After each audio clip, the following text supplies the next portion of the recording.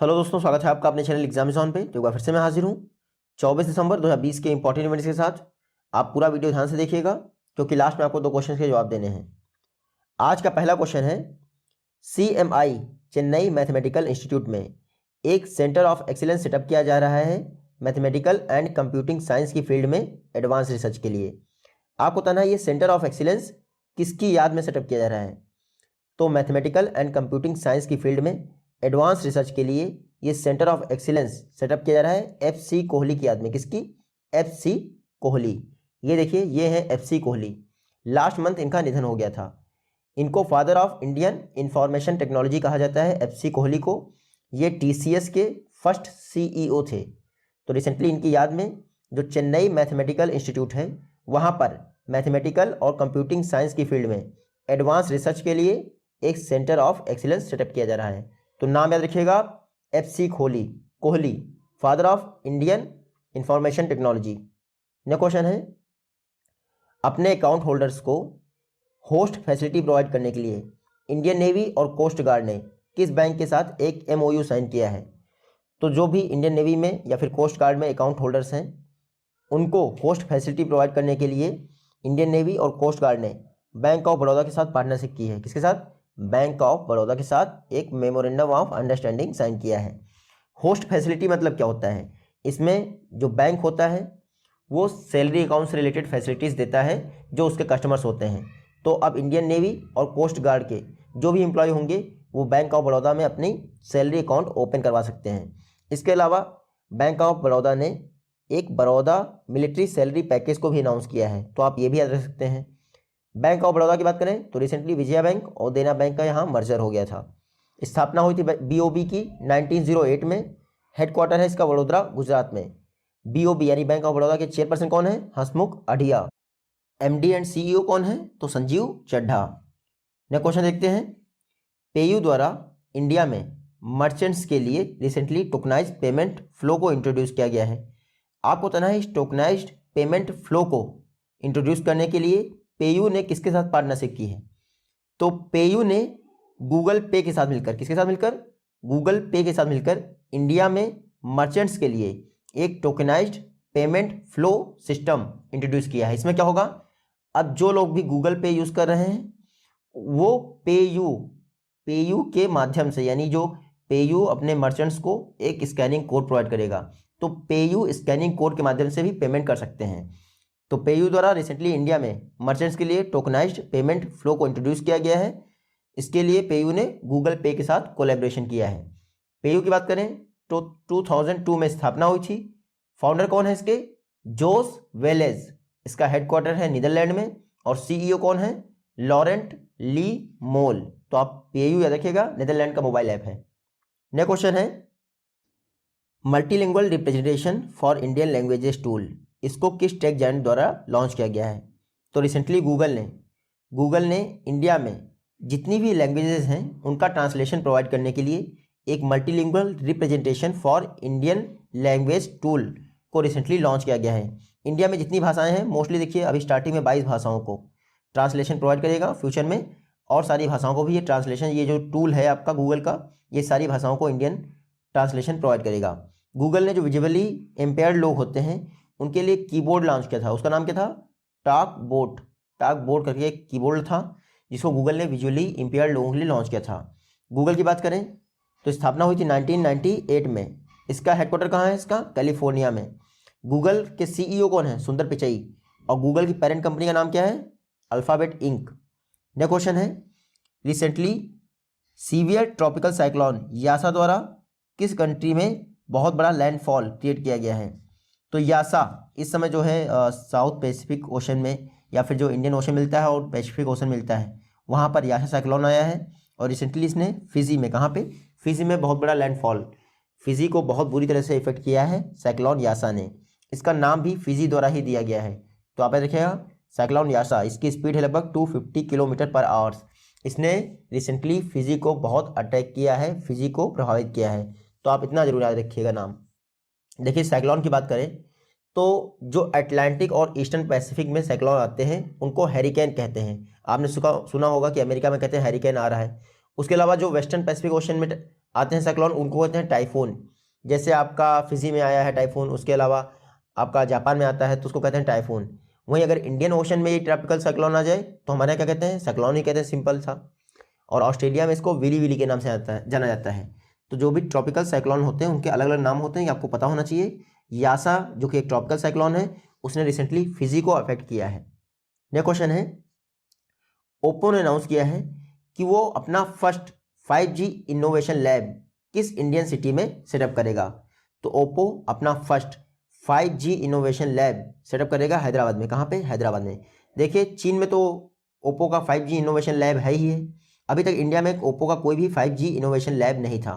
अब Oppo India में अपना पहला 5G इनोवेशन लैब हैदराबाद में सेटअप कर रहा है। तो आप याद रखिएगा, यहाँ पर 5G टेक्नोलॉजी पर रिसर्च किया जाएगा। हैदराबाद इस समय बहुत चर्चा में है। क्यों? क्योंकि अमेजॉन ने वर्ल्ड का अपना सबसे बड़ा ऑफिस हैदराबाद में ही ओपन किया है। और डिफेंस मिनिस्टर राजनाथ सिंह जी ने रिसेंटली हैदराबाद में एक hypersonic wind tunnel testing facility को भी इनॉग्रेट किया है। तो हैदराबाद जरूर याद रखिएगा, बहुत सारी न्यूज़ है वहाँ की चर्चा में। ओप्पो 2001 में स्थापना हुई थी इसकी। एक चाइनीज़ कंपनी है, हेडक्वार्टर है गुआनडोंग में। और जो ओप्पो के सीईओ हैं उनका नाम क्या है? Tony Shane. नेक्स्ट क्वेश्चन देखते हैं, रिसेंटली किस इंडियन बैंक द्वारा मास्टर कार्ड के साथ मिलकर first metal credit card launch किया गया है? तो रिसेंटली इंडसइंड बैंक ने, किसने? इंडसइंड बैंक ने मास्टर कार्ड के साथ मिलकर इंडिया का first metal credit card launch किया है। ये जो मेटल क्रेडिट कार्ड होगा ये हाई नेटवर्थ वाले लोगों के लिए होगा। और कह दिया जाए तो इसका नाम है पायनियर हेरिटेज। क्या नाम है? इस मेटल कार्ड का नाम है पायनियर हेरिटेज। इसको इंडसइंड बैंक ने मास्टर कार्ड के साथ मिलकर लॉन्च किया है। और ख़ास बात क्या है, अगर 10 लाख से ऊपर आप इससे शॉपिंग करते हैं पर मंथ, सॉरी एनुअली, तो आपको कोई भी कार्ड एक्सेसिंग फीस नहीं देनी पड़ेगी। तो पायनियर हेरिटेज जो कि इंडिया का फर्स्ट मेटल क्रेडिट कार्ड है, इसको इंडसइंड बैंक ने मास्टर कार्ड के साथ मिलकर लॉन्च किया है। इंडसइंड बैंक की बात कर ले तो 1994 में स्थापना हुई थी। हेडक्वार्टर इसका पुणे में है। और सीईओ कौन है इंडसइंड बैंक के? सुमंत काटपालिया। नेक्स्ट क्वेश्चन है, इंडिया का फर्स्ट मेगा लेदर पार्क किस स्टेट में सेटअप किया जा रहा है? तो इंडिया का first mega leather park UP में सेटअप किया जा रहा है। कहाँ पे? यूपी में। यूपी के कानपुर में लगभग 5850 करोड़, कितना? 5850 करोड़ की लागत से इंडिया का first mega leather park setup किया जा रहा है। आप याद रखिएगा। तो कानपुर जो कि यूपी में है, वहाँ पर इंडिया का first mega leather park setup किया जाएगा। योगी आदित्यनाथ ने अनाउंस किया, जो कि यूपी के सीएम हैं। यूपी की बात करें तो ये मैप में है यूपी के रामपुर में, यानी यहाँ पर 23वां हुनर हाट जो है ऑर्गेनाइज किया गया है नितिन गडकरी द्वारा। उसके अलावा जो एशियन डेवलपमेंट बैंक है उसने फर्स्ट ट्रांच के रूप में यूपी में इलेक्ट्रिसिटी अपग्रेडेशन के लिए $300 मिलियन प्रोवाइड किए हैं। $300 मिलियन प्रोवाइड किए हैं एडीबी ने फर्स्ट ट्रांच के रूप में। सीएम मैंने आपको बता दिया यूपी का कौन है? आदित्यनाथ। गवर्नर कौन है? आनंदीबेन पटेल। इंडिया की first female chief minister Sucheta Kripalani UP में ही बनी थी। फर्स्ट फीमेल गवर्नर जो इंडिया की थी वो भी यूपी में ही बनी थी। नाम क्या था? सरोजिनी नायडू। यूपी की कैपिटल लखनऊ जो है वो गोमती नदी के किनारे है। नेक्स्ट क्वेश्चन है, नेशनल फार्मर्स डे ये किस डेट को ऑब्जर्व किया जाता है? तो नेशनल फार्मर्स डे ये प्रत्येक वर्ष 23 दिसंबर को, कब? 23 दिसंबर को ऑब्जर्व किया जाता है। 22 दिसंबर को नेशनल मैथमेटिक्स डे, 23 दिसंबर को नेशनल फार्मर्स डे, यानी गणित सीखो फिर किसान बनो। तो नेशनल फार्मर्स डे किसकी याद में मनाया जाता है? हमारे भारत के 5वें प्रधानमंत्री चौधरी चरण सिंह की याद में। किसकी याद में? भारत के 5th प्राइम मिनिस्टर चौधरी चरण सिंह की याद में ये नेशनल फार्मर्स डे मनाया जाता है। अपने याद रखिएगा। नेक्स्ट क्वेश्चन देखते हैं, इंडिया के पहले डिजिटल एसेट मैनेजमेंट प्लेटफॉर्म जिसका नाम है डिजी बॉक्स, इसको किसके द्वारा लॉन्च किया गया है? तो डिजी बॉक्स को लॉन्च किया है अमिताभ कांत ने। किसने? अमिताभ कांत ने, जो कि नीति आयोग के सीईओ हैं, चीफ एग्जीक्यूटिव ऑफिसर। तो इंडिया का पहला डिजिटल एसेट मैनेजमेंट प्लेटफॉर्म जिसका नाम है डिजी बॉक्स, उसको अमिताभ कांत ने लॉन्च कर दिया है। ये एसेट मैनेजमेंट क्या होता है? यानी जो हमारे डिजिटल एसेट्स हैं, चाहे वो डॉक्यूमेंट हो या फिंगरप्रिंट्स हो, उनको मैनेज करने का काम करेगा डिजी बॉक्स, जिसको लॉन्च किया गया है अमिताभ कांत द्वारा। ये जो डिजी बॉक्स है इसमें 2 GB तक, कितना? 2 GB फ्री स्टोरेज होगा। और कोई भी डॉक्यूमेंट यानी जो भी शेयर करेंगे आप फाइल, वो 45 डेज तक डिजी बॉक्स में स्टे रहेगी, अवेलेबल होगी।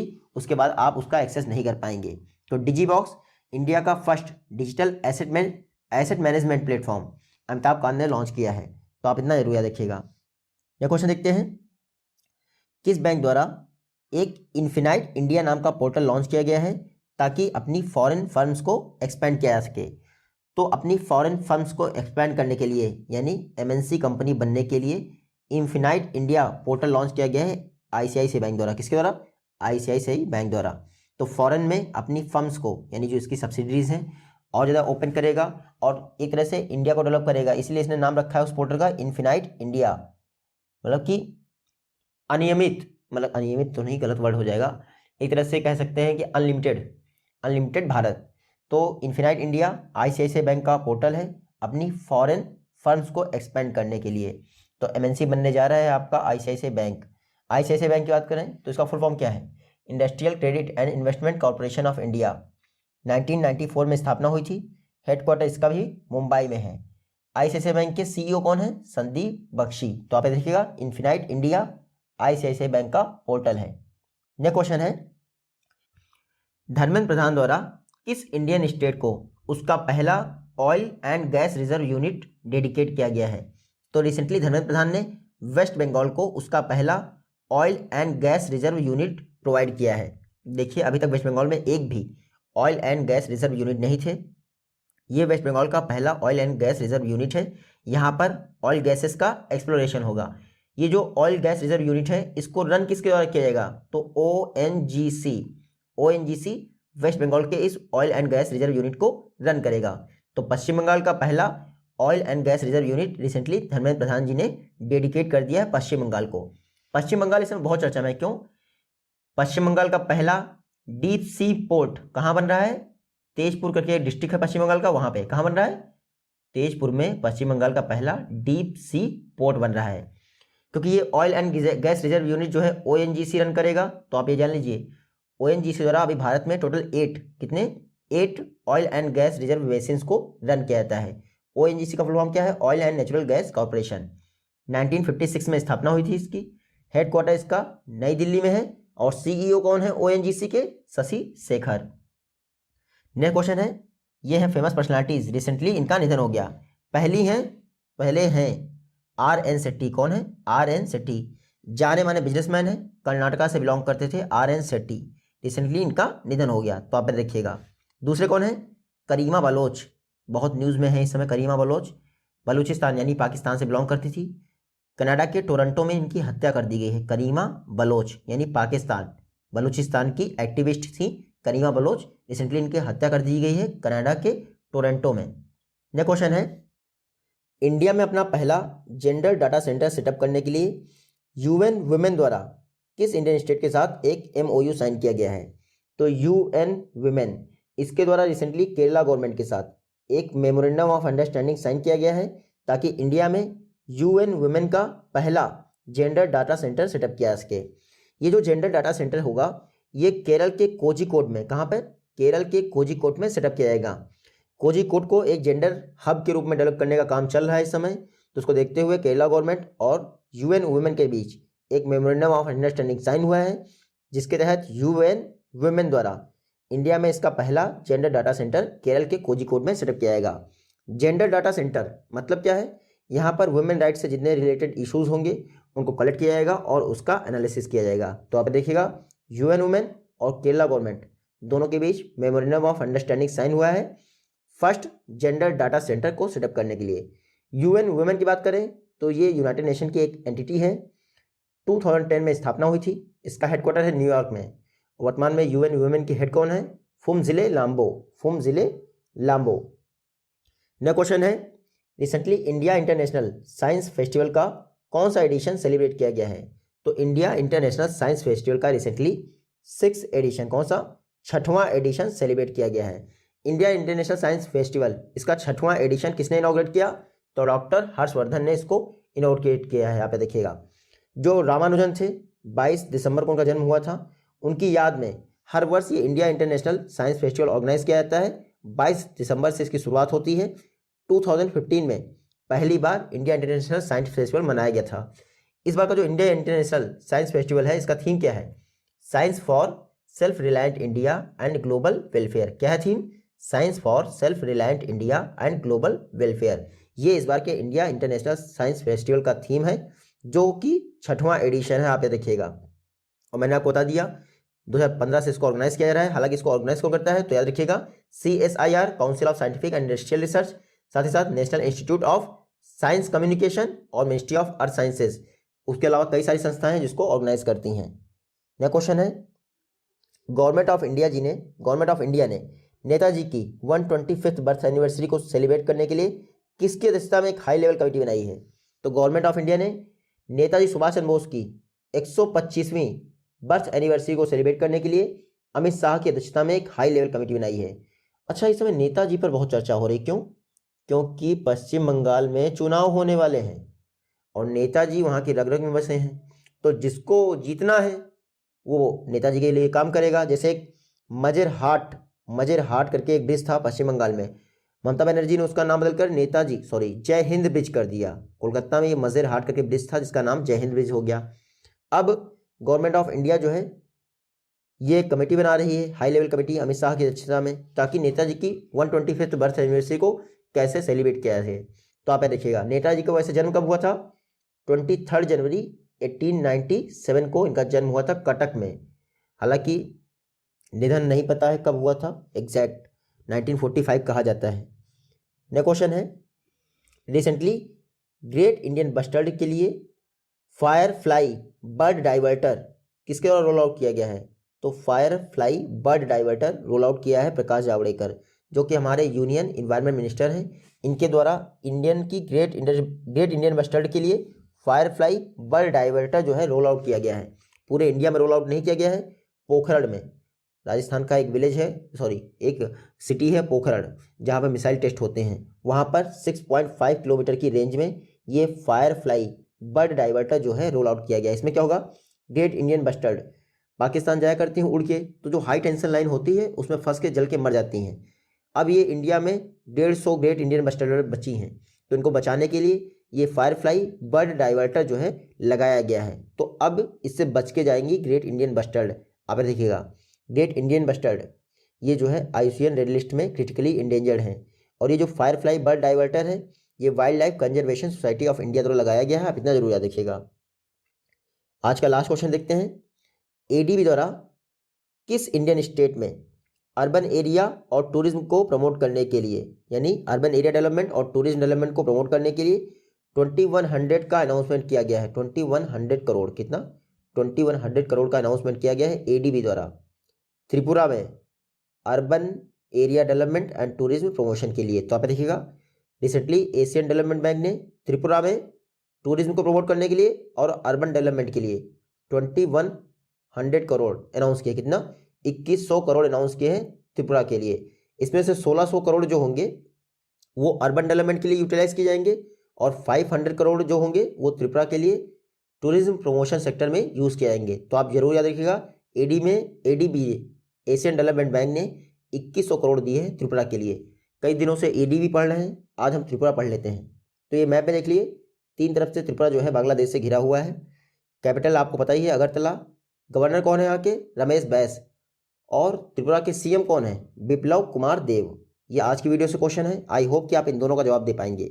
जल्दी ही मिलते हैं आप अपनी नेक्स्ट वीडियो में, तब तक के लिए take care, good bye and जय हिंद।